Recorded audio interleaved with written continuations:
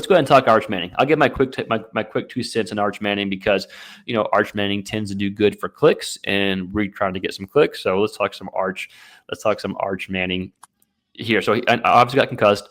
Not sure how serious that is, but talk about a game that he just did not look good. The team did not look good, and he's able to bounce back the last 12 minutes of the game. Like it's his best statistical game. He threw for the most yards he's ever thrown for. But still didn't look great to me. I thought Blake Shapen outdueled him from a quarterback perspective. I thought Shapen played really well. But Arch Manning, I thought, is played better than people on the internet are probably saying here. So Braxton, maybe hit us up with some numbers real quick. And if you want to talk a few minutes, yep. Yeah, no. So for this game, he was 29 for 46, 63% completion percentage, 346 yards, average 7.5 yards per attempt. He had 3 touchdowns with that 1 interception. He also had a touchdown on the ground as well for 6 yards on 10 attempts with that touchdown. Kind of like you said, it honestly, with the Sark rumors apparently being open to an NFL job and all of that, that first half kind of looked like a team that was kind of going to quit just with those rumors and maybe, hey, our coach is going to leave us, so kind of going to quit. But talk about gritty performances. They were able to come back, and I don't know if you follow Barstool Sports and all that stuff, but kind of put a touchdown right in Brandon Walker's face and kind of come out with the win. Yep. Christian, what we got here, dude? Yeah, absolutely. I mean, from a statistical standpoint, it's one of his better games of the year. It might not have shown it actually watching the game, but statistically, one of his better games of the year. Great bounce back performance after his performance against Kentucky last week, which was his worst of the year for all intents and purposes. But look, he's highly accurate. In the last 5-6 games he's played minus the Kentucky game, 76.7% accuracy is pretty high. Brings in some of the higher end of college football this year. Throwing for 350 yards, 3 touchdowns, 1 interception. Overall, it was a good game. I mean, when you put up 45 points, you should win a game. But it was, there was a little bit of back and forth in terms of, how was he actually playing from the eye test versus what the statistics were saying. But you have to chalk it up to him actually having a pretty decent game. Yeah, I think he played better. I think the first maybe 2.5 quarters left such a big, taste in people's mouth. It's hard to forget the last quarter he played pretty good football. Now, you did need a punt return to win. I thought they were done in the water, 110%.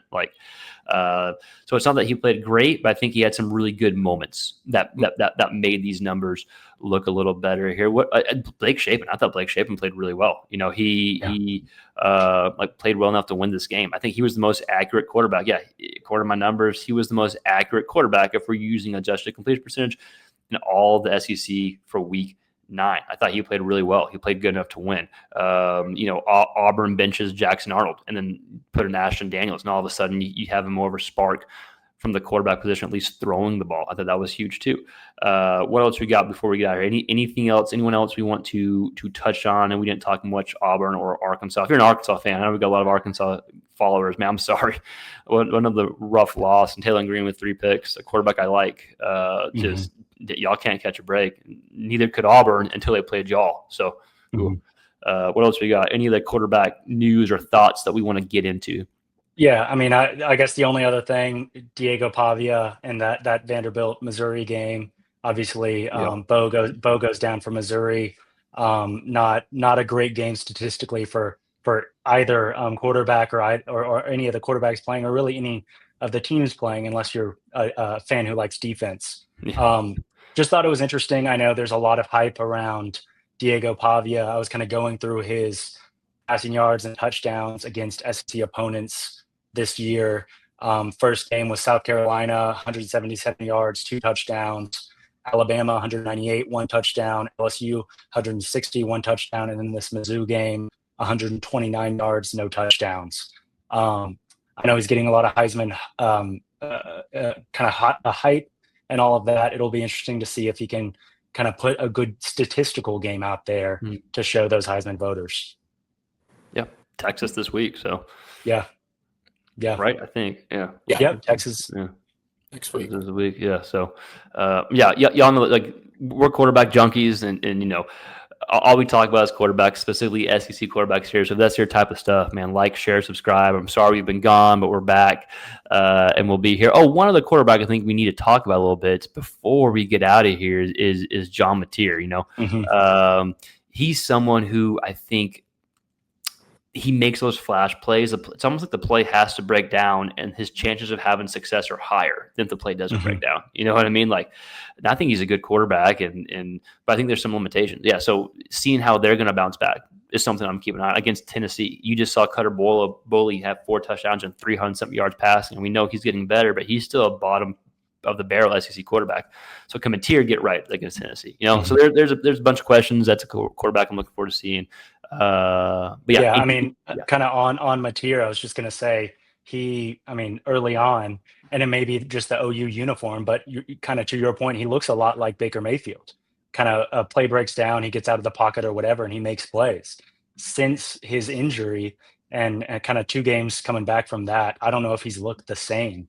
So a Tennessee secondary that's just given up 5 touchdowns, 350 yards to Cutter Boley in Kentucky. I'm kind of excited to see what John Mateer can do if he can have kind of a get-right game, and that could be a really high-scoring, fun game to watch next week. Yeah, I think you're right. And even games even the earlier games, like against Michigan, there should have been several picks. Like he's been relying on this hero ball, so maybe now like against Texas, his first game back, but they were able to capitalize on those hero ball type throws. Right, fellas, that's all we got, man. Awesome. Thanks for jumping on. Again, this is our recap week 9, first show together.